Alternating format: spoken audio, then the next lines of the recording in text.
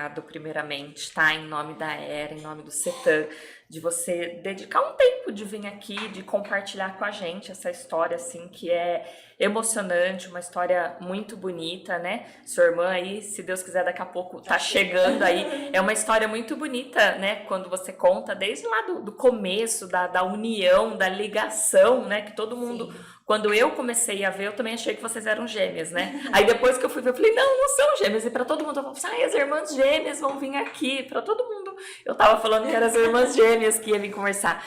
E não é, né? Então, assim, gostaria que você se apresentasse aí e contasse pra gente aí um pouquinho, né? Quando começou, como que foi, né? O que você traz aí pra gente compartilhar para as pessoas que nos acompanham, que nos assistem aí.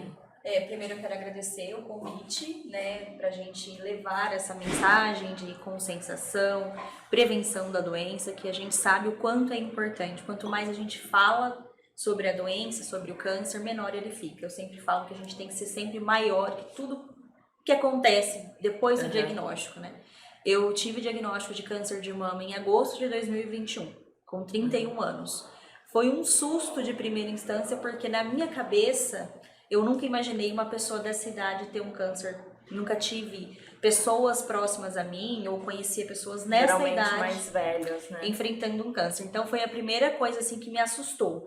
Nossa, eu sou muito nova, mas isso aí hoje em dia é balela, porque não tem idade, não tem gênero, e cada vez mais a gente vê pessoas novas, inclusive hoje a gente observando na clínica lá, aguardando a recepção, pessoas mais novas do que eu, de 29, 28. Então, quando eu descobri, o primeiro impacto foi esse, gente, mas eu sou muito nova para tratar uma doença assim, né? E começamos a investigar, eu sentia, todo mundo me pergunta quais eram os sintomas relacionados a câncer de mama, nenhum. A não ser uma única vez que eu tive uma ardência na mão direita e eu senti que a minha auréola ela mudou um pouco de cor. Mas eu associei, porque foi bem na época que eu estava menstruada, eu falei, deve ser alguma coisa hormonal. É que às vezes fica, né? Fica com nódulo, fica com dor nesse período, né? E não é nada sério, é uma coisa relacionada a esse período. Mas já eram alguns sintomas que eu deveria ter investigado. E aí eu comecei a sentir muitas dores nas costas, mas muitas mesmo, tipo de... Mas o que será que tá acontecendo? Será que eu tô dormindo de mau jeito? Troquei travesseiro, troquei colchão. Olha como que a gente é. A gente leva todas as considerações possíveis, menos se olhar com carinho. Tipo, gente... Colocou a culpa totalmente no meio externo. Isso, e você não acha que é de você, né? Nunca é a gente. E aí um dia minha mãe falou, você tem muitas dores, você toma muita medicação, você fica se automedicando, isso não é legal. E na correria do trabalho, como eu falei pra vocês, o modo automático da vida. De acordar, de trabalhar e não, amanhã eu vou. Amanhã eu marco médico, amanhã eu procuro um especialista na área. É assim. Aí até que um dia eu fui sair da cama e eu não tinha forças, o meu braço formigava, eu não conseguia impulsionar o meu corpo para sair da cama. Nossa. O pescoço formigava, do pescoço até o quadril. Aí eu lembro que eu liguei pra minha mãe desesperada, falei, mãe, é como se eu tivesse uma cãibra no tronco, generalizada, né? Exatamente. Ela falou, tô subindo aí, porque meus pais moram no mesmo prédio que eu. Aí ela subiu e ela entrou e ela falou, Monize, o que tá acontecendo? Ela viu, tinha um vermelhão que descia assim, sabe? E aquela coceira.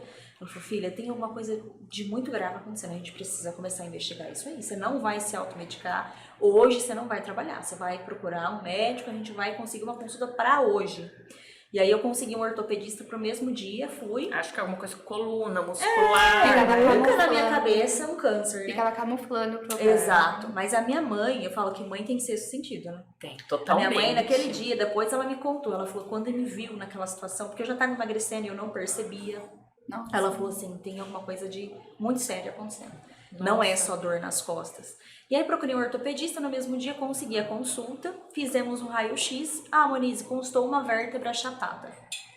Tá bom, uma vértebra achatada, mas por quê? Eu tinha loja, então pra lá e pra cá em São Paulo, com sacola, caixa.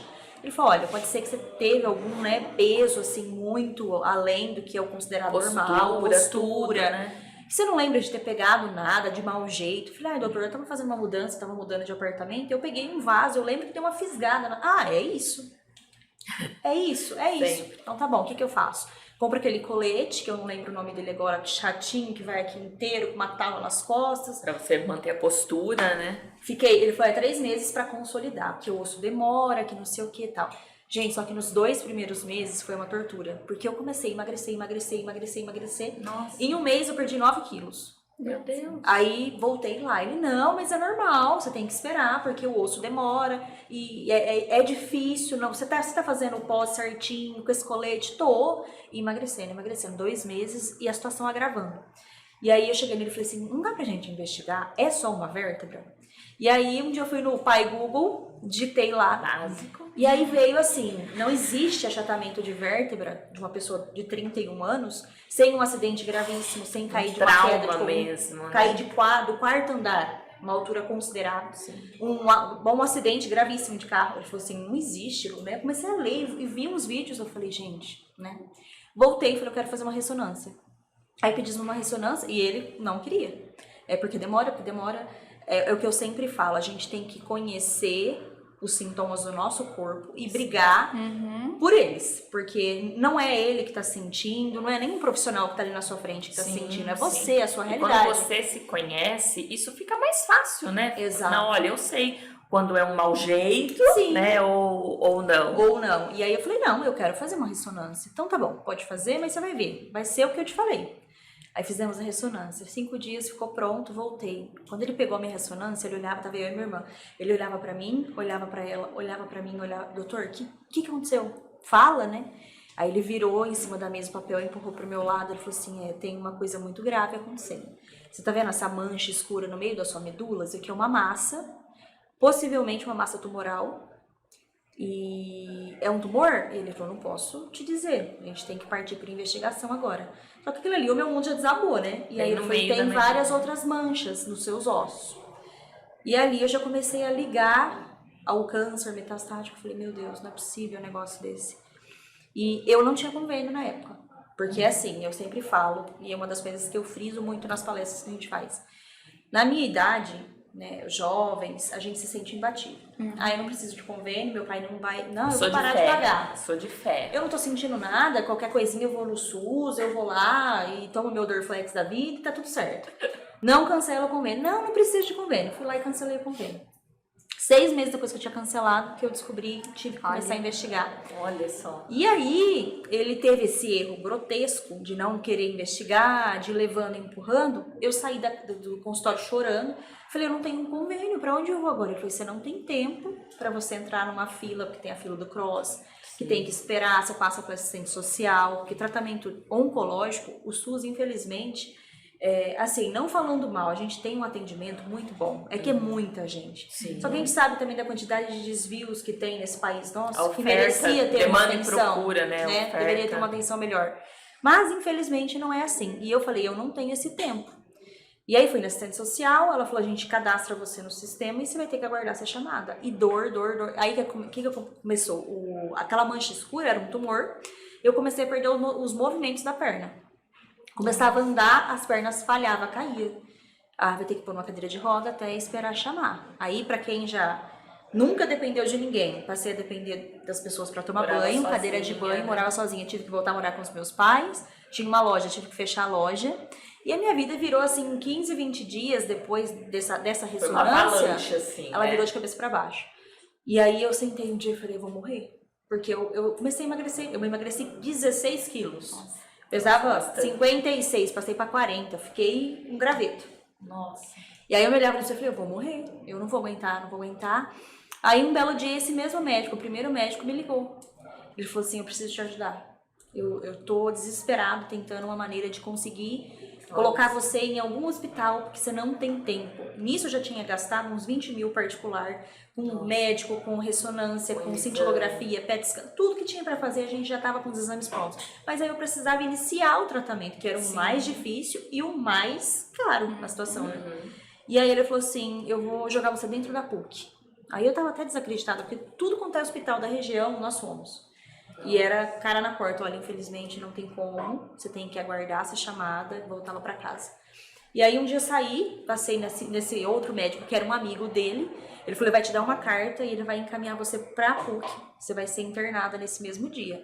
Aí fui desacreditada, né? Passei na consulta com ele virou pra mim, olhou e falou assim, o seu caso é muito grave, é risco de paraplegia, e eu preciso operar pra tirar essa massa tumoral, porque senão você vai perder o movimento das pernas. E se você perder, nervos, ela tava abraçando as vértebras, a massa, né?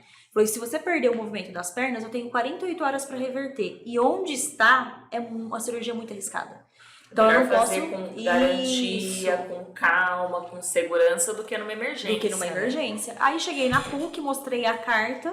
Eu até brinco, falei, esse médico é bambambam, porque pegaram a carta, olharam assim, deixa as suas coisas com o familiar, já pode entrar, você vai ser internado. Bênção, né? Que tem anjos. Nossa, tem anjos que sempre cruzam pela nossa vida, pelos nossos caminhos. Eu falo que o erro lá atrás, que antes eu ficava revoltada, foi a forma que Deus encontrou de me ajudar, porque senão eu não sei o que o médico que ligou pra você não tinha mais contato com ele? O primeiro ortopedista? Não, ele só tinha o dia da ressonância. Se sentiu acusado. Ele se sentiu, ele ficou assim, só na fisionomia da pessoa você percebe que, né, nossa, o que eu fiz? E ele... Insistindo que não era nada sério, e era muito sério, era muito grave. E aí ele tinha esse amigo dentro da PUC, e aí ele tentou de todas as maneiras e conseguiu me encaixar lá. Aí eu entrei, fiquei 19 dias internada, e vai, espera, fazer biópsia e fura daqui. Gente, uma tortura. E ali começa a passar um filme na sua cabeça, porque você fala, a incerteza, né? Talvez eu penso, né? Na minha cabeça eu penso assim, que quando você já sabe, olha, você vai fazer a cirurgia, depois disso vai fazer a químio, vai fazer a rádio, talvez seja melhor do que a incerteza. Depende da biópsia, se vai, a incerteza, ela dá asas à criatividade, né? À imaginação. E ela aumenta, né, a situação. Porque você fica assim, meu Deus, pode ser algo gravíssimo, pode ser algo terminal, pode ser o que vai ser? E lá na PUC, hospital de escola, então vem os médicos e aquele monte de estudantes atrás, né? E o que vocês acham que é? E investigam daqui, investigam dali, fura aqui, fura aqui. Chegou um ponto que eu falei, eu não aguento mais. Falei pra médica, me manda embora pra casa, seja o que Deus quiser, porque eu não conseguia comer o cheiro da comida do hospital. E eu continuei emagrecendo, falei, não aguento mais essa tortura. Não, Elisângela, a gente não pode te mandar embora. E aí, de primeira instância, descartaram câncer porque não tinha a possibilidade da minha idade de ser um câncer agressivo àquele ponto, porque eles não achavam o foco primário, porque o câncer, quando ele é metastático, ele tem o foco primário.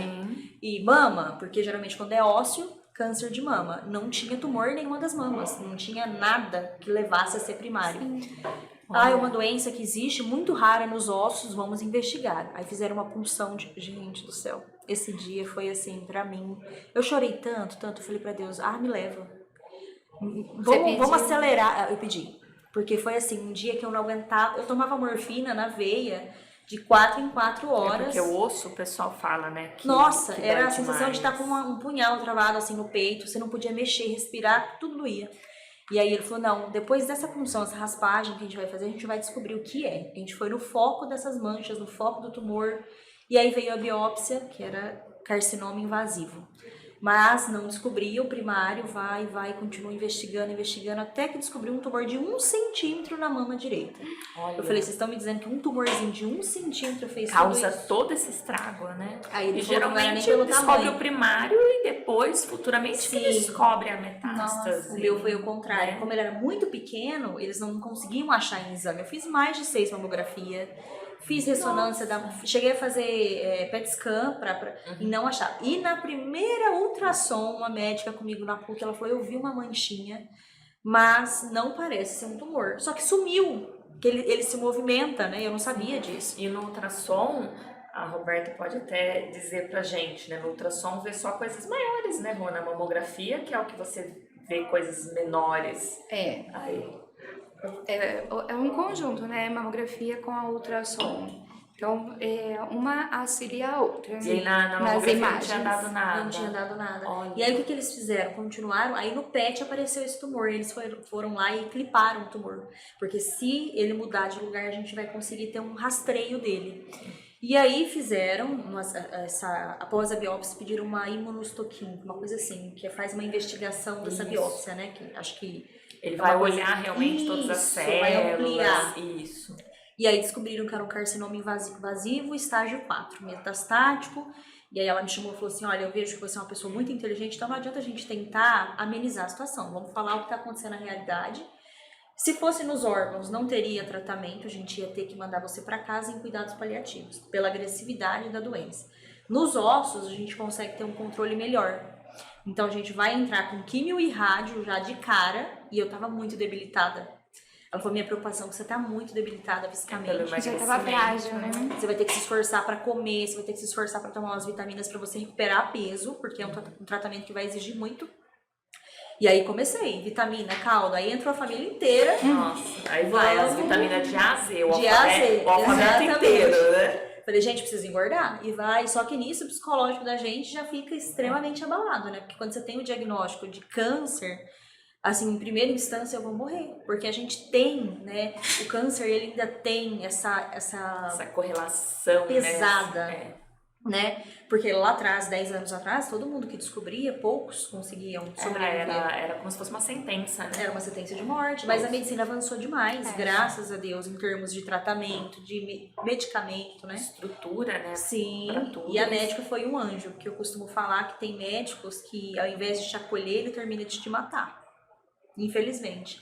Porque falta muita empatia, eu vejo, de todo mundo que tá ali, desde a rede de apoio, do médico que te passa um diagnóstico, mas essa minha médica, eu tenho que...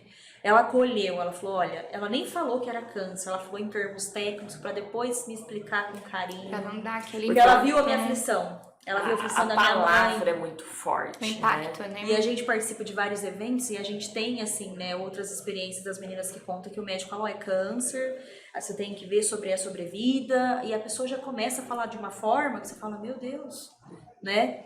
E aí ela foi me acolhendo, falou com a minha mãe, falou com muito carinho com a minha mãe, fica tranquila, continua fazendo o que você fazia até aqui, claro, dentro das suas condições físicas, mas não se deixe Nessa parte abater. você vê que o emocional ajuda bastante, né? Sim. Porque se o impacto, você já fica assustada, Sim. eu acho que você teria uma outra visão do tratamento. Enfrentamento, né? Isso. E como ela me deixou muito calma, ela falou, Monize, olha pra você ver. Aí ela me deu pessoas pra seguir. Ela, você tem rede social? Eu falei, tem. Segue essas pessoas. São pessoas que têm a mesma doença, no mesmo estágio que você. E você Olha vai que ver, né, o quanto elas estão bem. E aí eu comecei a acompanhar essas pessoas. E aí eu vi que, não, tem vida. Tem como eu vou lutar pra viver. Isso aí. E aí começamos radioterapia, quimioterapia, aí vem o lance dos cabelos, da autoestima, você vê o seu corpo mudar completamente.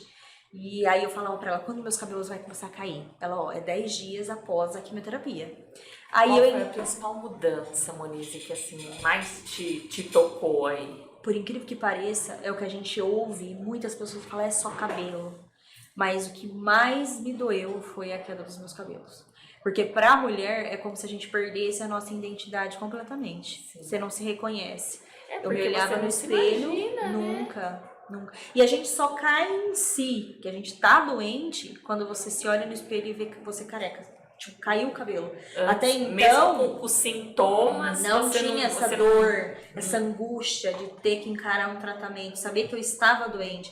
A hora que os cabelos caíram, aí parece que veio, sabe, uma avalanche, tipo assim, não, agora eu tô doente. Pra minha família também foi assim, meu pai, minha mãe, eu vi que eles não se preocupavam tanto. Quando eles me viram, né, naquela loucura de queda de cabelo, vamos raspar tudo, aí meu pai, nossa, Que meu aí pai ficou muito já é mal. visual, né? Isso. Que aí você fala, nossa, realmente tá acontecendo. Então, pra mim, foi a pior parte do tratamento. Claro que envolve um monte de coisa, mas porque mexe e é muito doloroso o processo. Eu sempre fui uma pessoa muito vaidosa, me cuidava, meu cabelo tava no meio das costas, lindo. Aí eu comecei a negociar com Deus. Falei, não, Deus pode fazer alguma coisa por mim. Aí você vai naquela, né? Tipo, vamos tentar barganhar alguma coisa. trocar uns créditos aí no céu. Mas não tem como, é um processo que você tem que passar. E aí eu me lembro que o primeiro impacto, assim, de medo, de susto, foi quando fazia 10 dias, que ela falou exatamente, tinha feito a primeira quimio vermelha. E aí eu fui lavar o cabelo no banho, quando eu comecei a massagear o couro cabeludo, que eu puxei a mão assim pra fora da cabeça, veio um tufo de cabelo na minha mão. Aí eu olhei pro chão, um monte, sai de tochas, assim.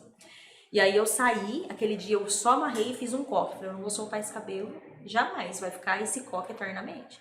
E aí a médica falava, não, você tem que soltar, porque, né, Falei, não vou. Vai que não cai. Acho que eu tô mexendo demais. Na minha cabeça era tipo, né? Se eu não mexer, eu vou conseguir. Mas não tinha como, você dormia com aquele cabelo, acordava com aquele cabelo. Um dia eu fui desmanchar esse coque. Estava inteiro o coque. Olha. Aí a minha irmã falou, não, vamos raspar. Vamos raspar, e ela raspou pra mim. Aí no dia eu não chorei, eu acho que eu já tinha assumido e aceitado. Não tinha mais lágrimas. Não, mas o meu pai e minha mãe se acabaram, né? Depois que viu eu daquele jeito, falei, pai, tá tudo bem, vai dar tudo certo. Não quero ver vocês desse jeito, porque eu preciso também de apoio, né? Mas, na verdade, eu sempre falo pra minha irmã, o paciente acaba apoiando mais o ajudante, o cuidador, do que o cuidador o paciente. Porque a gente fica ali naquela vivência de calma, vai dar tudo certo. A gente vê outras pessoas em tratamento, a gente passa a conviver com outras pessoas que estão bem. Sim. Porque as pessoas que amam você não querem que você passe por isso, é por isso, né? Ainda mais os pais. Quer proteger, né? Quer proteger. E aí começou o lance da médica. Monize, vamos fazer um teste genético? A sua irmã, a sua mãe, como que tá? Exames, estão em dias? Porque, tipo, você é muito nova. Aí começou a procurar. Começou a procurar pra ver alguma coisa se Sim. relacionava, se era genético ou não. E aí eu comentei, falei, olha, doutora, minha mãe Na faz família você não tinha nada de histórico na Não família. tinha, nenhum. E nada de pessoas assim, falar, é a tia da sua mãe, não. Pode ser que até tinha acontecido, Alguma mas na coisa época até nem que- relacionava muito, né? E descobriu O quê? a parte genética. Então, aí eu terminando meu tratamento, falei, Mayra, vamos procurar fazer exame? Não, eu não vou. Eu tô bem. Olha pra você ver, a pálpebra, vai. Não tem nada, não, realmente não tinha nada. Falei, mas Sim. não é essa questão, eu também não tinha nada. Né? Não, espera você acabar, faltava uma quimioterapia só. Aí a gente começa a investigar, porque, bom, não vai ter nada, é só pra gente tirar da cabeça, realmente, né?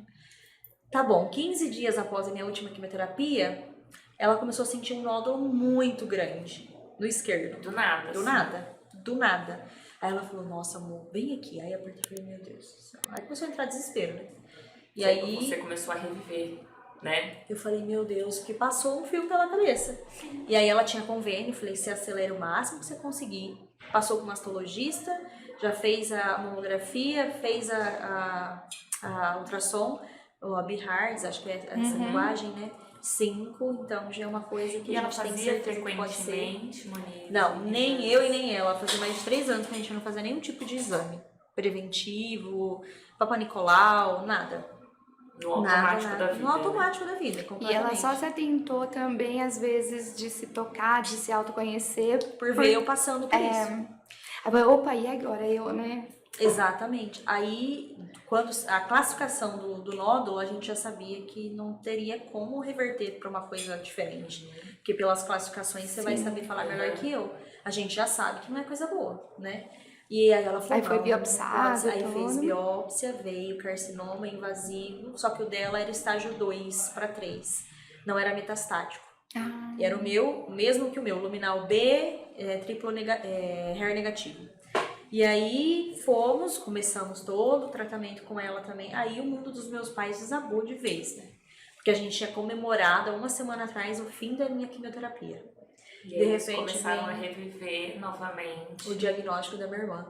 E aí, até eu sempre fui uma pessoa assim de fé meio inabalável, assim, não, vamos pra cima, não deixa a peteca cair, mas quando ela teve foi o diagnóstico... com ela, mas é porque foi com ela, você não queria que ela passasse Sim, pelo seu eu já processo. sabia o que ela ia passar. É, Comigo, eu acho que era um mundo novo, então eu só ia saber realmente quando chegasse a situação pra enfrentar.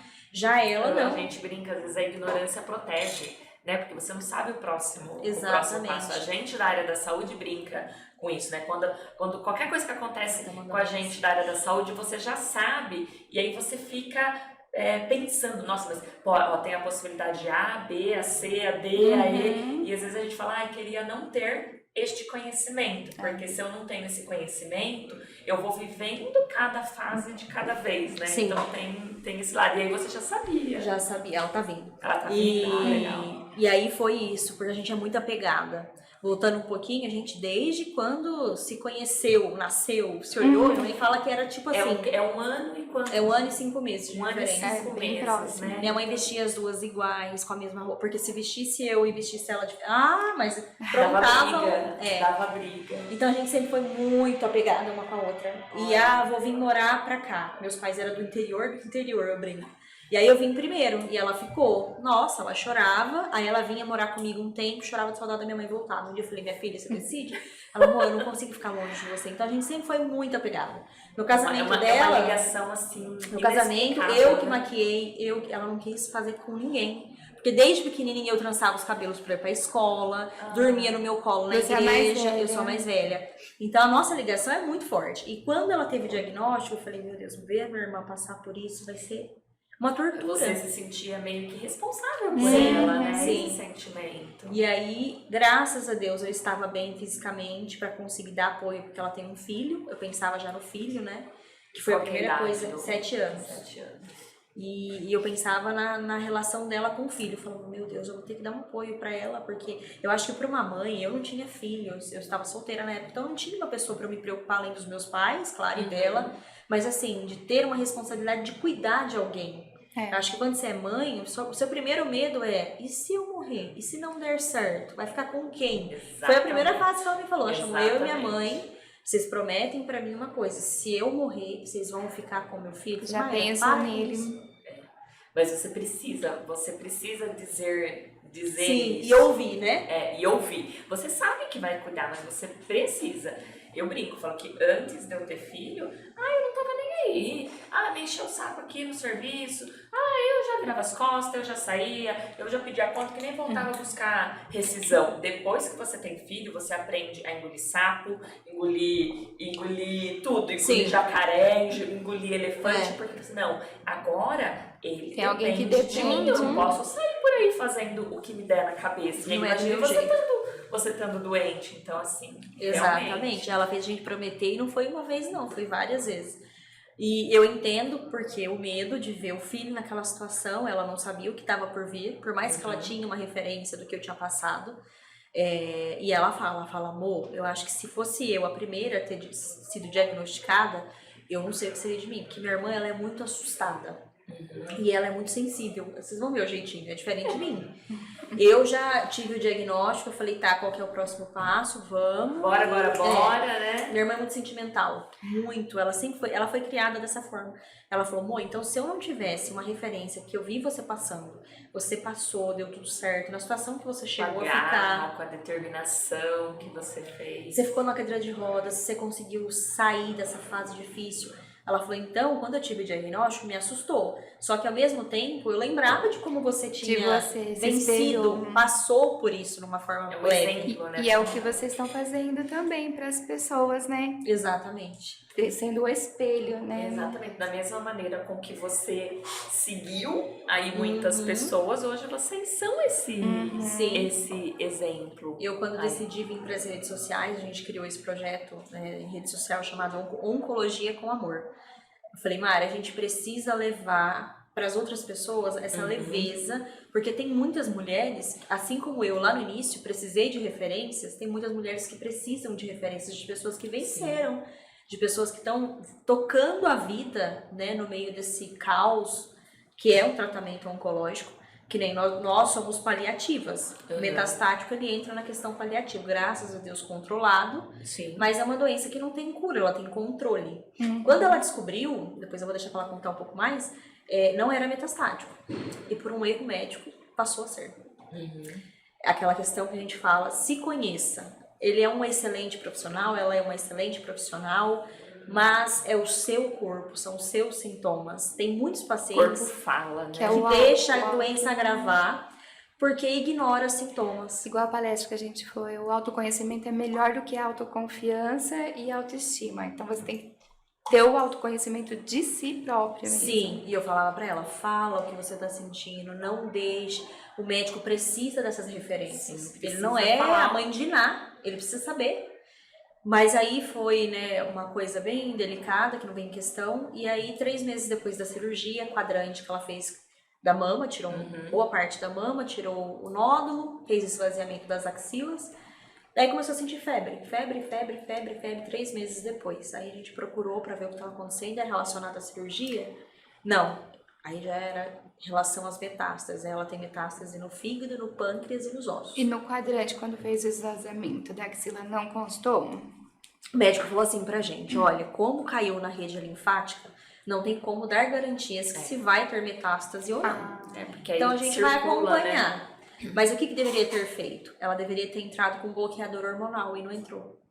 O bloqueador hormonal, porque o câncer que nós tratamos é receptor hormonal. Então ele faz esse controle, né, da proliferação das células. E aí não entrou. 3 meses depois a gente foi e já tinha, e ela tem um tumor até considerável, assim, tamanho no fígado. E aí foi outra questão que fala, meu Deus, achando que tava tudo bem, já tinha terminado as químio, olha, tá tudo tranquilo, ela fazia exames mensais, né? E não, tá tudo bem e tal, só que é o que eu falo. Eu hoje, depois do que aconteceu com ela, qualquer sintoma que eu tenho, confio em todos os médicos que eu passo de olhos fechados, porque é um tratamento especial e muito, mas muito cuidadoso na PUC. Mas eu sempre que eu tenho oportunidade, eu vou lá, converso com os médicos que eu vejo que eu tenho já mando mensagem em direct, mando mensagem em caixinha de pergunta. Por quê? Gente, é muitas pessoas em tratamento, é muitas pessoas que esses médicos atendem. E é muito específico, cada pessoa Exatamente. é uma pessoa. Infelizmente a ciência, né, ela não é exata. Não é. O cuidado, a saúde não é uma ciência exata, não é que nem uma fábrica sei lá, de garfo, ó, entra metal, passa na máquina, sai o garfo, sai pronto. tudo certinho. Exatamente, não, cada pessoa é uma pessoa, tratamentos reagem de formas diferentes, organismo. doenças se manifestam de formas diferentes, Exato. Cirurgia você não precisou Não fazer, precisei fazer. Quando é metastático, não precisa fazer cirurgia, né? Aí você vai fazendo o controle da doença. Nem da mama. Nem da mama, porque já era metastático. E ainda foi eu fico discutindo com os médicos e eles até falam, se todos os pacientes fossem assim, ajuda muito. Sim. Porque eu sou muito curiosa, eu quero saber o que está acontecendo, o porquê de não estar tomando essa medicação Você ou faz está parte, tomando, né? Você faz parte do tratamento. Eu falo, gente, não é uma dor de cabeça, é um câncer. Você E tem aí que você estar vai parte. acompanhando esse 1 centímetro da... Ele tá aqui quietinho, né? A nossa maior preocupação hoje é a progressão das metástases que eu tenho nas costas e do tumor que eu tenho na medula. De não voltar a crescer. Aí eu estava em remissão 1 ano e 7 meses já, terminei a quimioterapia. A remissão, a doença adormeceu. Né? Tá tranquilo, só bloqueador hormonal em casa e não precisa se preocupar, tá? E aí comecei a acompanhar os meus exames trimestrais. No último exame que eu fiz em agosto, uma das coisas que eu falo, eu gosto de frisar bastante, é muito rápido. Muito rápido mesmo. Por isso que eu falo, descobriu qualquer coisinha, sentiu um nódulo, teve algum sintoma, eu vou esperar o mês que vem meu cartão virar, ou eu vou esperar o mês que vem tirar um dia pra ver isso. Não. Porque para vocês terem uma ideia, em agosto eu fiz meu acompanhamento trimestral, fiz uma ressonância da mama, abdômen, tava tudo bem.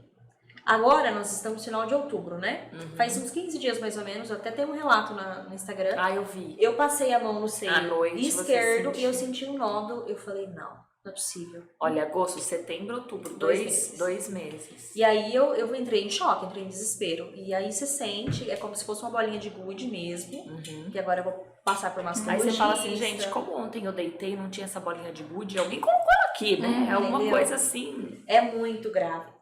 Justamente o motivo pelo qual a gente vem pelas redes sociais e vai alertar sempre, porque o câncer de mama ele tem esse paradigma de ser dito, de ser falado, de ser postado somente no mês de outubro, que é o mês que a gente comemora. Sim. Mas, se você ficar frisando somente no mês de outubro, imagina, você 1 ano esquece, né? Tem paciente que lembra, tem que fazer mamografia. Sim, só vai lembrar agora. No A mês de outubro, campanha exatamente, ajuda a lembrar um pouco, né? essas carretas de mamografia. E aí eu falo, em 2 meses eu descobri o nódulo pela minha, né, pouca sabedoria em relação a isso, mas apalpando, ele deve ter 1 centímetro para mais. Você sente que ele é grande.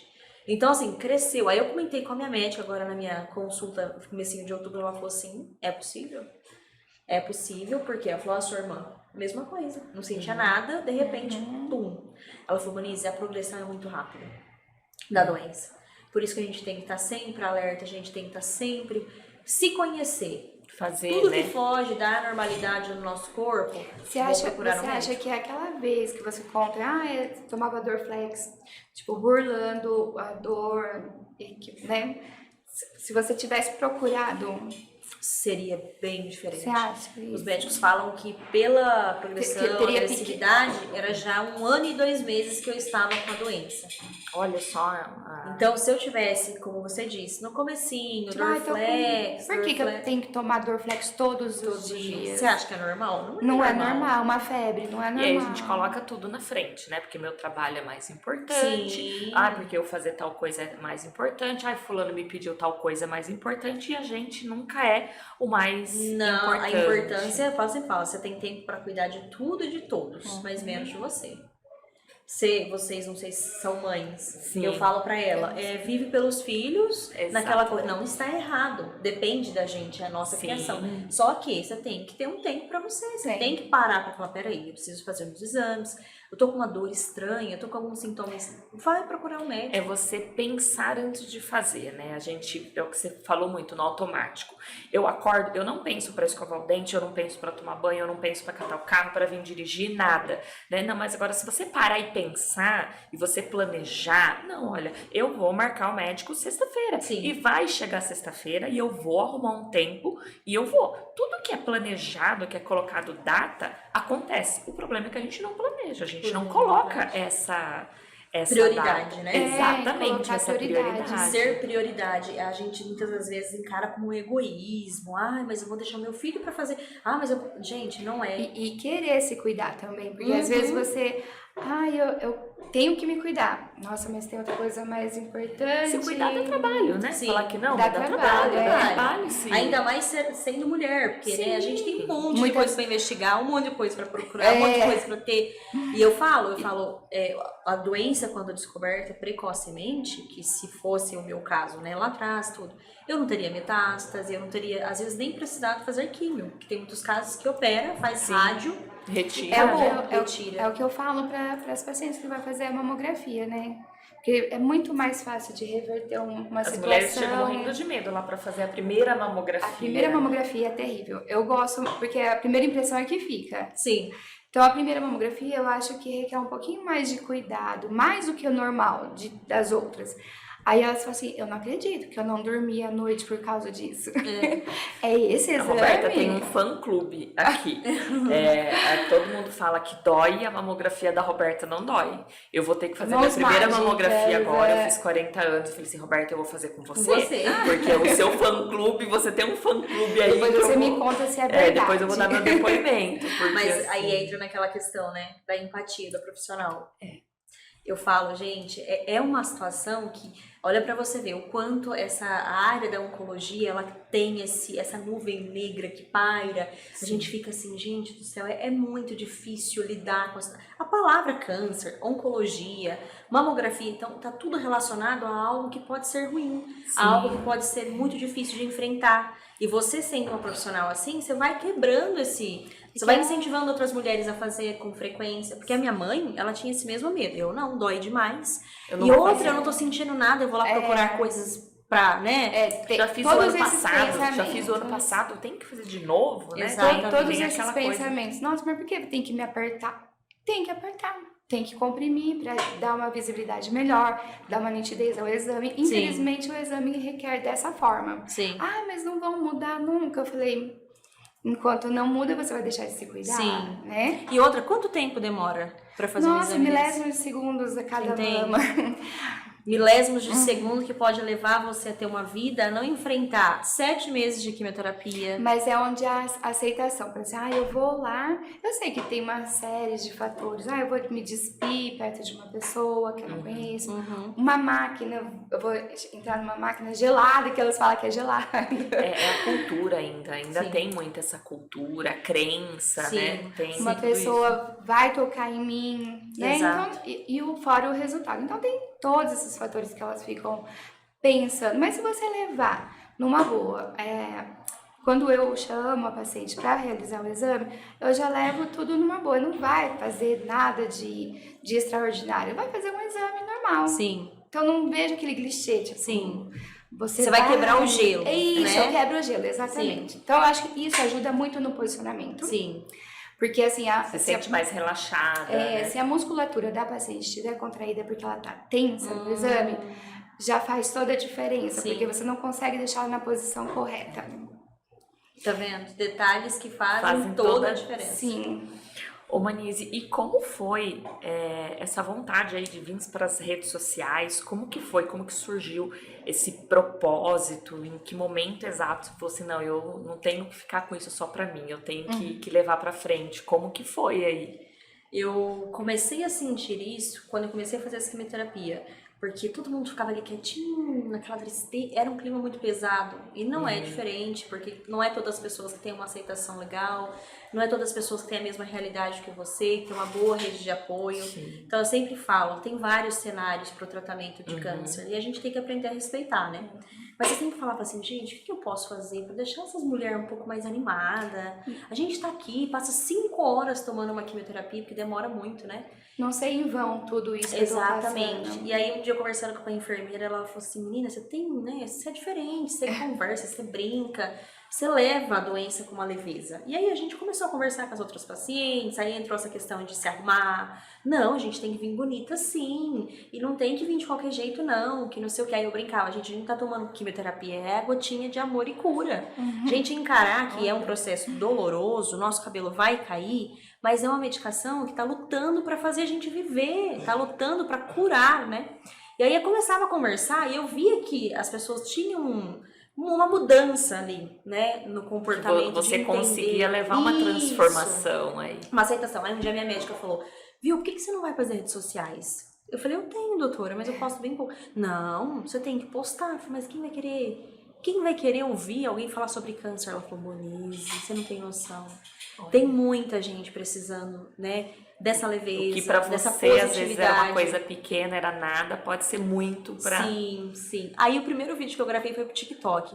Bombou, assim, viralizou. Eu falei, gente, é verdade? O povo gosta realmente de se sentir acolhido, né? Exatamente. E aí começamos a gravar. Mas o mais difícil era trazer ela, que minha irmã é muito tímida.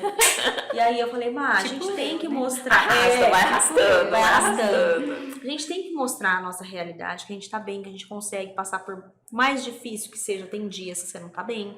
E nesses dias você tem que ir lá, você tem que aparecer, você tem que mostrar por quê. Tem pessoas que vai encarar aquilo como uma ajuda também. Sim. Poxa, eu também tô mal. E tá tudo bem pra elas estão passando por isso, tão bem, no outro dia acorda um pouco mais disposta e vai levando. E aí começou a ganhar força, porque todo mundo, né, nossa, eu vi você na rede social, nossa, que não sei o que lá. E aí vinha as pessoas, às vezes na rádio, ela tava falando, Monize, você me coloca em cada situação. Eu tô lá sentadinha, quietinha, querendo passar despercebido, levanta uma pessoa, nossa, você tá ajudando tanto a minha esposa. É você, minha esposa assiste vocês todos os dias. Eu falei, Mayra, isso nossa, é muito bom. Que bom ouvir isso, né? Ouvir isso. Olá, Mayra, pode entrar. Chegou. Seja muito bem-vinda. Tudo bem? Tudo bem? Olha, essa é a Mayra, que nós já conversamos de você, Monize. Já falamos de você. Já adiantou. Nós estávamos falando aí de quando vocês vieram aí para as redes sociais, o que motivou aí. A Monize estava contando, né, amor, que vocês começaram a ser a inspiração, a rede de apoio que muitas pessoas não tinham, né, E é Monize? incrível isso. Gostei muito do que você falou. Você vê como que muda a visão? Todas estavam fazendo o mesmo tratamento. Só que ela não viu como O uma coisa enfrentamento. ruim, tipo assim, que eu vou passar mal. Ela viu como gotinhas, como que é? Sim, gostinhas de amor e cura. Ah, Olha lá. e aí você já muda totalmente o seu tratamento também, não é? Muda. Eu, quando eu ia fazer rádio, eu brinco com ela. Os 15 minutinhos que eu ficava lá, eu falava, Senhor, eu criei um trechinho curto, como se fosse um Pai Nosso da radioterapia. Olha só, estou aqui, é um processo de cura, é pro meu bem. E eu repetia sempre as mesmas frases durante as sessões todas que eu fazia de quimioterapia. Então eu entrava ali, eu esquecia que eu estava num ambiente, né, de radioterapia, num ambiente pesado. Aí eu falava pra ela brincava, falei assim, olha, quando você for fazer, eu falava isso, você vai falar também. Ela, Monize, cada uma de um jeito. Ela te ensinou a oração da radioterapia. Passava todos os trâmites pra ela, olha assim. E te ajudou bastante. Ajudou bastante, né? Ela ter passado primeiro pelo processo todo foi assim, uma motivação para mim, ver ela como ela ficou, e aí eu falei, não, eu vou conseguir também. Então foi muito... Se ela conseguiu, não vou ficar atrás, né? Não posso ficar atrás, mas foi muito bom. Ela ter passado primeiro pelo processo facilitou muito, porque eu vi como ela ficou debilitada, né, amor? E assim, ver como ela tá hoje, tudo, falei, não, é possível, né? E muitas pessoas que te assistem, vocês seguem, pensam a mesma coisa que você tá pensando. Sim, né? eu falo pra ela, vamos mostrar que é possível, porque, como eu falei, tem aquele tabu ainda, né, de sentença de morte. Meu Deus, ontem eu recebi um direct, eu mostrei pra ela, falei, Mayra, olha pra você ver o quanto é assustador ter o diagnóstico. A seguidora colocou assim, eu sou muito vaidosa, eu recebi o diagnóstico, estou pensando em não fazer o tratamento porque eu não quero passar por isso, sentir a mudança, eu tô na melhor fase da minha vida, ver o meu corpo mudar, os meus cabelos cair, eu tô pensando em não fazer o tratamento. Toda doença, não só o câncer, mas qualquer outra doença, né? A gente tem a fase, né? A fase da negação, a fase da raiva, a fase da revolta, para depois vir a fase da aceitação. E como você falou, é muito rápido. A gente não pode ficar se dando ao luxo de todas essas fases, porque eu preciso iniciar rápido. Exatamente. E aí, como que foi essas fases para vocês? Você primeiro e aí depois você? Isso foi mais fácil a aceitação para você vendo ela? Como que foi isso para vocês? No começo, né, amor, a gente se revolta, né? É normal do ser humano. Por que comigo? Você faz um monte de perguntas, o que eu fiz, por que eu? Mas aí depois você começa a entender. Porque eu falo assim, o seu ciclo, quando você recebe um diagnóstico desse, muda totalmente. Ciclo de amizade, ciclo de convivência, pessoas novas. É como se você deixasse uma vida para trás e você vai começar uma nova vida. Porque a sua identidade muda, porque você perde seus cabelos, seu ciclo de amizade muda, porque você conhece muitas pessoas maravilhosas, sabe, durante o tratamento. Então, assim, muda muito. E você vai ouvindo história, né, você chega no consultório, chega pra fazer... Você escuta história e fala, não, né, tem pessoas que tá, assim, passando por caras assim, muito amargo. Então, que é isso? Isso pra mim, eu vou ter que superar isso. Então, assim, a própria convivência no meio de exames, você vai ouvindo histórias inspiradoras, você fala, não, eu quero também conseguir, e isso motiva a gente, né? Sim, você usou alguém de inspiração, isso. E aí você não pode quebrar a corrente, né? E não tem que ser inspiração do próximo, é como se fosse uma corrente mesmo, de inspiração. E a gente ouve muitas histórias, Você falou uma questão importante, a gente não tem tempo pra ficar naquele impasse. Vitimizando. Quando os meus cabelos caíram, eu fiquei uma semana, né, Má? Me tranquei dentro de casa, falei, não vou sair. Eu só chorava porque eu entrei em pânico. E aí um dia eu falei assim, Monize, eu conversando comigo mesma, né? Falei, até quando você vai ficar assim? Você já tem um fardo pra carregar de uma quimioterapia, de uma radioterapia, todos os dias tendo que ir pra essa PUC, esse sofrimento, e vai levar mais isso ainda pra você administrar? Falei, minha filha, não vai durar 2 meses, não vai durar 1 mês, vai durar mais. Seus cabelos vão começar a crescer daqui 1 ano. Então não vai ser rápido. E eu não vou ficar sofrendo esse tempo todo. Já chega um fardo que eu não consigo descarregar ele. Eu vou criar mais. E aí foi quando eu comecei. Falei, não, eu vou me arrumar, eu vou me maquiar, eu vou de salto tomar quimioterapia, eu vou seguir a minha vida. É assim que vai ser. Exatamente, porque eu não vou perder 2 anos de vida passando por um tratamento tão doloroso, me entregando para a doença. Não, essa doença nunca me teve. Eu que vou controlar a situação. Eu que mando. Eu que mando aqui. Só que na cabeça, falar é fácil, mas você conseguir... Porque todo dia você acorda, né, Má? Você tem que reprogramar seu cérebro. Porque ele já acorda querendo te jogar para baixo. É mais fácil ficar sem fazer nada, é mais fácil procrastinar, né? Então você enfrentar isso. Fica na cama, tá tudo bem, vamos lamentar, vamos reclamar. E eu falava pra ela, não, vamos sair, vamos faxinar na minha casa, fazer tudo que tinha que fazer, mesmo tomando quimioterapia, vivendo, trabalhando. A gente trabalha com os nossos pais e ela a mesma coisa. Meu pai, não vou ficar em casa. Você tomou quimioterapia hoje? Não, eu vou trabalhar. Porque se você fica em casa, você fica o tempo todo naquela luta com o seu psicológico. Né, Má? E você aceitar a doença e fala que é 50% do tratamento. Porque aí você cria força. Você cria força. Porque você ficar, não, eu não vou aceitar, não. É o que a gente tava falando da aceitação. É difícil, a aceitação é 50%, né, amor? Sim. Mayra, e aí quando você descobriu, você já tinha visto tudo que tinha acontecido com a sua irmã, e aí você tinha um fator diferencial que você era mãe, que você tinha um filho. Como que foi esse processo, contar pra ele entender, porque às vezes tem crianças que se revoltam também. Como que foi? O processo do filho foi um pouco difícil. Porque assim, ele tinha visto o que passou com a minha irmã, com a tia, né? Ele viu, né? Minha irmã ia muito em casa, eu raspei o cabelo dela, tudo. E ele falava, mãe, eu não quero que você fique careca. Né? Olha, E a ideia dele era essa, não fica careca, você pode passar tudo, mas não fica careca. Eu falei, meu Deus, mas a gente sabe que não é assim, né? Aí eu falei assim, como era o primeiro filho, eu falei, vou buscar ajuda psicólogo, né? Porque a gente não sabe como lidar, são situações novas. Como responder? Como né? responder? Aí ela falou, você vai ser sempre muito honesta com ele, não minta pra ele. Porque senão ele vai perder a confiança em você. E a criança perdeu a confiança, ela vai acreditar no mundo que ela criar na cabeça. Né? Então eu sempre fui muito sincera, filho, vai cair o cabelo. A mãe vai ficar careca, mas a mãe vai ficar boa. Né? É um processo, mas mãe, eu fico doente e não cai meu cabelo. Então, mas é uma doença diferente, filho. Olha só, a criança, ela cria, né? E a psicóloga falou, você sempre responde só o que ele pergunta. Você não precisa entrar em detalhes, porque ele é muito novinho ainda. Ele não vai conseguir lidar com tudo isso. Tanto é que na escola, ele teve uma dificuldade, começou a ter atraso no alfabeto, tudo. Aí eu comecei a passar ele com um neuro, tudo, pra ajudar ele também. Porque a escola me chamou, ó, ele só fala com a mãe. Né, mano? Ele só fala que a mãe tá no médico, tudo, então foi difícil pra ele. Porque a gente, como é adulto, Faz um bloqueio, isso, né? a gente é adulto, já é difícil, eu falo. A gente ainda tem, né, a rede de apoio, conversa com a irmã. E a criança, ela não consegue lidar com essas emoções, Desenvolver isso né? dentro dela.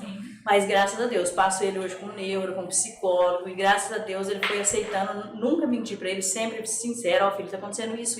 E ele foi adaptando, e eu inseri ele nessa rotina. Sim. Hoje a mãe vai no médico, mas eu vou te buscar, tudo, deixa sempre muito claro. E isso foi muito bom, ajudou Que muito. bom que a gente tem Você hoje fazer profissionais. acordos e cumprir, né? Isso, e cumprir. E os profissionais tá aí pra gente. Antes não tinha todo esse. Não Sim. tinha. Sim, antigamente Não. se escondia, né? Isso e Todo aquilo. suporte que a gente Isso. tem hoje.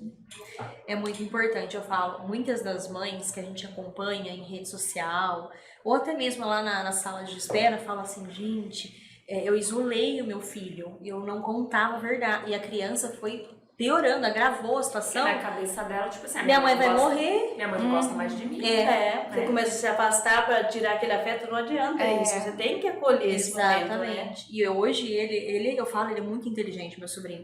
Então ele vê, às vezes, ela meio mal, ele fala, ó, ninguém perturba minha mãe.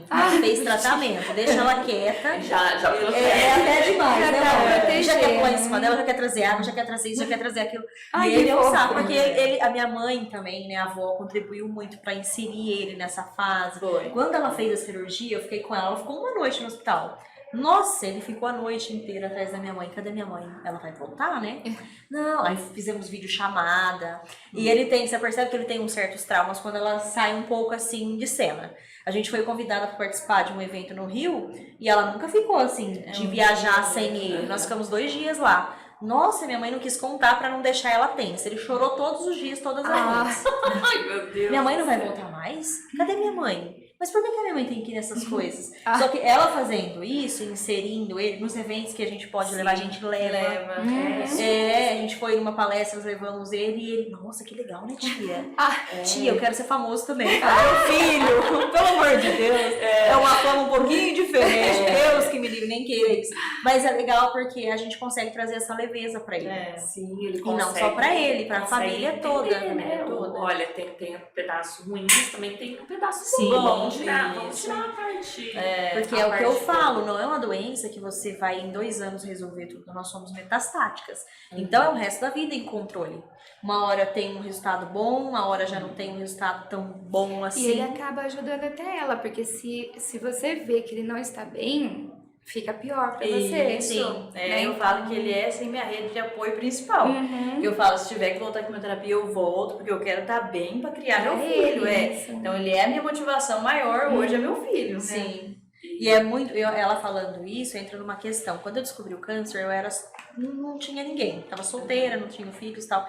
E aí a gente começa a investigar histórias próximas, né? Quem trata com um parceiro ajudando, quem trata sozinha, quem tem filho, quem não tem. E aí a gente conhece tantos casos de pessoas que estão sozinhas, não tem um parceiro, não tem um relacionamento e não tem apoio da família.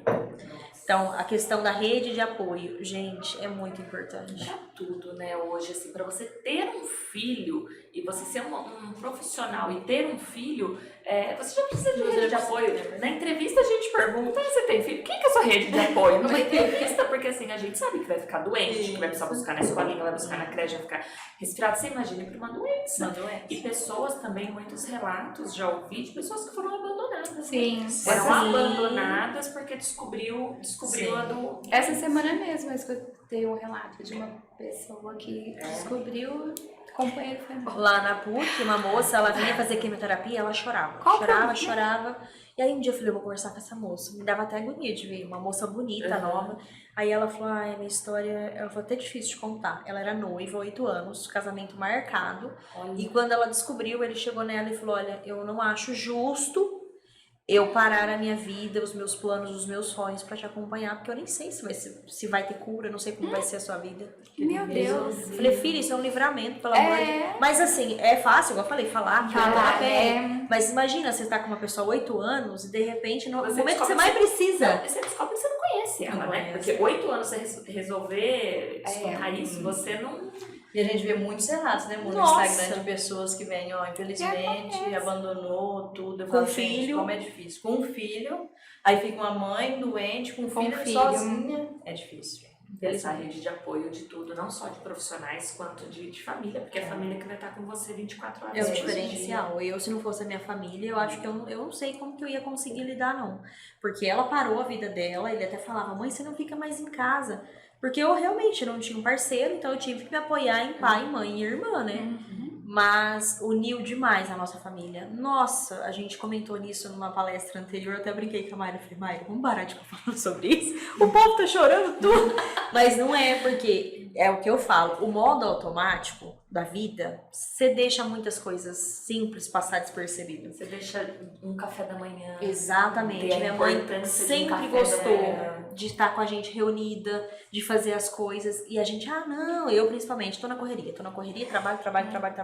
E quando eu fiquei doente, eu tinha tempo de sobra pra ficar ali com eles. Aí você começa a entender os amigos que você achou que eram amigos. Simplesmente sumiram. Desaparecem. Eu acho que eu tinha uns 30, 40 amigos, se sobrou 5 foi muito.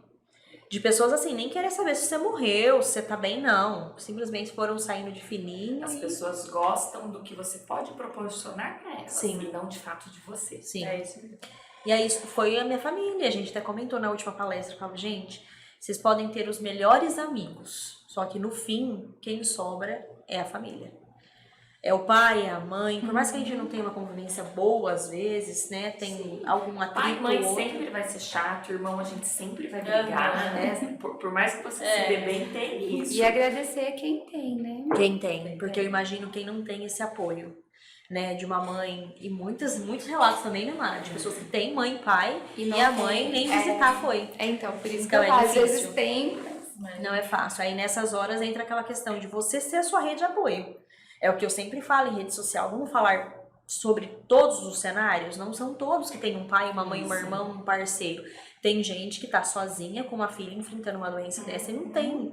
Então nessas horas que a gente tem que ter... Exatamente.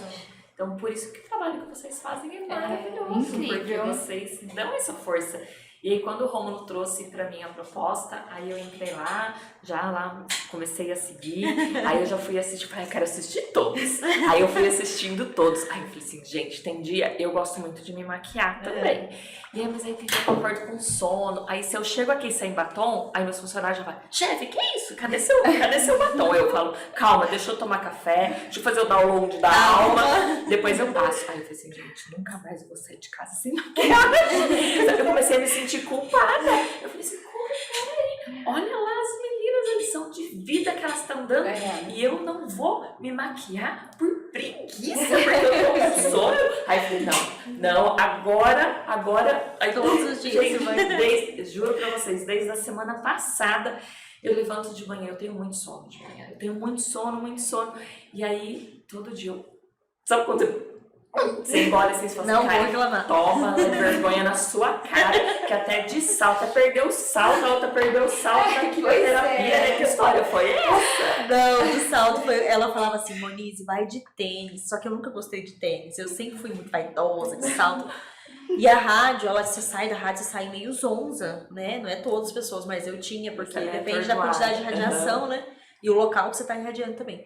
E aí um dia, um tamanquinho lindo, maravilhoso, falei, vou com ele. E a médica atrás, né, me acompanhando, eu saí da sala e eu não percebi que eu estava indo de frente à parede. E eu fui, cheguei, mandei o ombro na parede e virei o salto, torceu e saiu o salto, a parte de baixo, a sola. Eu já tive essas experiências também de perder o salto aqui, já Que preguei vergonha. com esparadrapo, Não, e eu não percebi. E aí ela, Você toda tava delicada, continuei andando, ela toda, Bonita, tá bem? Aí ela catou, veio atrás de mim e falou assim, olha, eu falei, meu Deus. Seu sapatinho de cristal. Aí eu falei, mas não vou deixar de ir de salto, é só um imprevisto. Básico. É só um imprevisto. Mas faz toda a diferença, porque eu percebia que nos dias que eu ia tomar quimioterapia de qualquer jeito, era o pior dia. Porque eu saía de casa tão triste, desanimada, sem um batom, sem nada. Falava, meu Deus do céu. E o dia que eu me arrumava, parece que o dia passava voando, que eu não sentia efeito colateral, que eu tava É um bem... universo, né? A gente eu acredito muito em energia, em você fazer o bem pro universo, o universo te devolve esse bem, vibração. Então, assim, é energia, gente. É energia. Você abraçar, você tocar, você leva essa energia volta pra você. Então, eu acredito muito nisso. Sim. E é claro no que Não você dá pra fala. ser diferente durante um tratamento, que por mais que é doloroso, que é triste, o cenário em si, igual eu falei, né? E lá dentro da químio, nossa, tinha umas enfermeiras que elas dançavam, elas brincavam, elas pulavam. Ai, Por quê? Pra quebrar esse gelo, como você falou, né? Então eu aprendi, eu comecei a observar, eu falei, não, é muito psicológico, a gente tem que trabalhar muito isso aqui. Igual quando vai paciente, às vezes, que fez um quadrante ou uma mastectomia, elas entram na sala com vergonha pra se despir. Trato normalzinho, como se tivesse normal. Sim. Eu vou ter que fazer o exame, né? Então, assim, eu não dou aquele Aquele ar, tipo, nossa, impacto. assustar. Porque pra mim também, 15 anos, né? Já tá Pra mim acostumado. É normal. Então, já é um outro modelo de tratamento, um outro jeito. Que ela se sente mais à vontade. Eu imagino, porque ela tem um quadrante, né, lá? Você fez um quadrante. Eu fiz um também. quadrante. E ela fala que é ruim mesmo, você se sente desconfortável, às vezes. Mas eu posso te falar uma coisa? Não preste atenção nessa parte. Porque, por exemplo, eu não... Tava falando pra você, né, cara? Que a gente preza o exame. O exame. Seu não foco vê, é... não vê É a se... imagem não vê que eu se vou conseguir se o mamilo é torto, não Sim, nada é disso. estética. É a imagem, eu quero te dar um diagnóstico. Eu vou raspar a perna, eu tenho que fazer meu pé, né? Isso, né? Mas eles estão tão acostumados com aquela situação, todo dia a mesma coisa, que nem repara. Quando ela foi fazer a primeira avaliação da cirurgia, fui com ela, né? Aí cheguei lá, o peito todo cheio de cicatriz, né? Aí o doutor, nossa, ficou linda a cirurgia, já pode mostrar o peito pro marido. Eu falei, doutor, quem vai querer ver esse peito Frankenstein? Aí ele falou, irmã, você não traz mais ela. Mas é pra quebrar mesmo, sabe? Assim, nossa, sua cirurgia ficou ótima e tal, sabe? Assim, é normal. Eu falo pra ela, leva na brincadeira, não fica encarando, porque eu falei, não tem como, senão fica muito pesada a situação pra você encarar aquilo lá. Isso tem que ser. E todo dia é uma novidade, então se você ficar encanando com tudo, hoje tem uma alteração no exame, né, Má? O meu exame de sangue não tá bom, o marcador tumoral veio alto. Então se tudo você fizer um evento, você não vive. Você tem que ir vivendo um passo de cada vez, um dia de É cada uma vez. correção diária na mente, né? Nossa! Não é só pra pacientes, igual pra nós, assim. Tudo na vida é um treino. um Toda equilíbrio. mudança na vida da gente é um treino.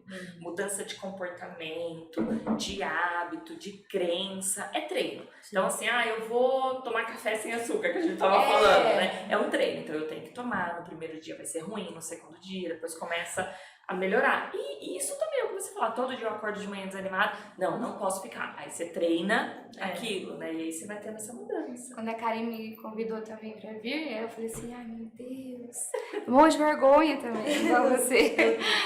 Ela já tá acostumada, toda assim, toda bonitona. E aí eu falei assim, não, mas eu ouvi a história de você, eu falei, gente, eu preciso conhecer, elas são incríveis. Ela não queria vir. Aí eu falei assim, olha, eu vou te dar um link, você vai seguir e você vai assistir o trabalho que elas fazem. Depois você me responde, você vai ter coragem de me falar não. Aí ela já mandou pra mim, que dia, que horário vai ser?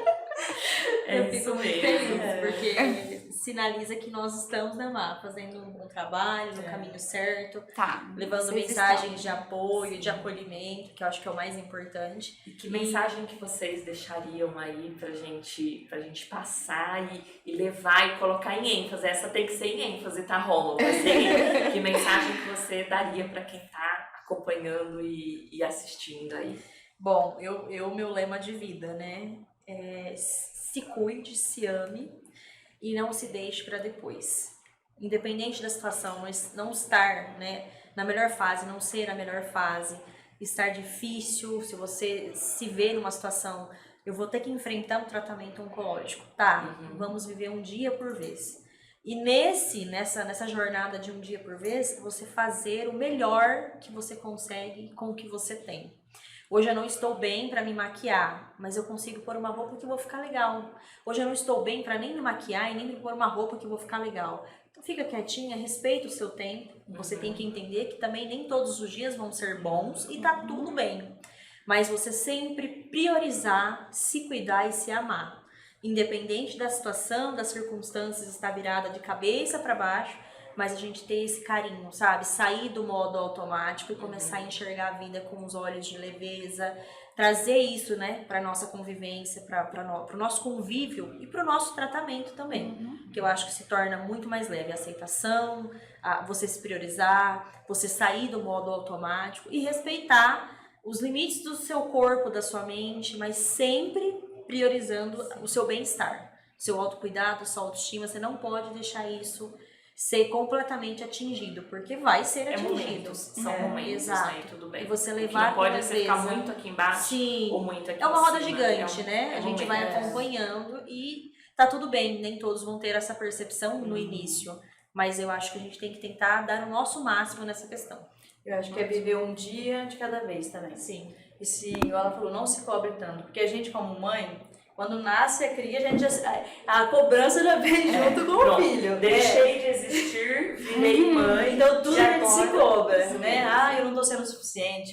Durante o tratamento, tudo bem, você já tá com um fardo ali pesado, né? Sim. E eu acho que a procura do psicólogo é fundamental na fase do tratamento. Quem tem filho, até quem não tem, Que vai ajuda ajudar muito. Porque São você se profissionais cobra maravilhosos, muito, não precisa disso, né? A gente não precisa se cobrar. Sim. É uma fase que vai passar. E eu acho que é isso, vive um dia de cada vez. Cada dia é um. Ótimo. Bom, eu acho que a gente explorou bastante aí, né? Obrigado de você ter saído de lá e ter vindo aqui. A gente sabe a correria de vocês, mas assim, eu acho que vocês são seres iluminados. São seres de muita luz. Eu acho assim que existem pessoas especiais no mundo, com propósitos, pessoas que têm propósitos e que têm objetivo.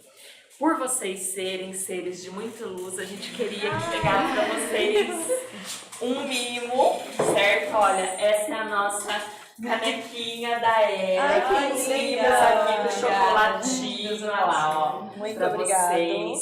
E aí eu fiz questão de escolher o girassol. Ai, Que o girassol ele tem Amo. um significado, né? Sim. Que ele sempre está voltado para o sol, para a luz. E eu acho que é isso que vocês têm.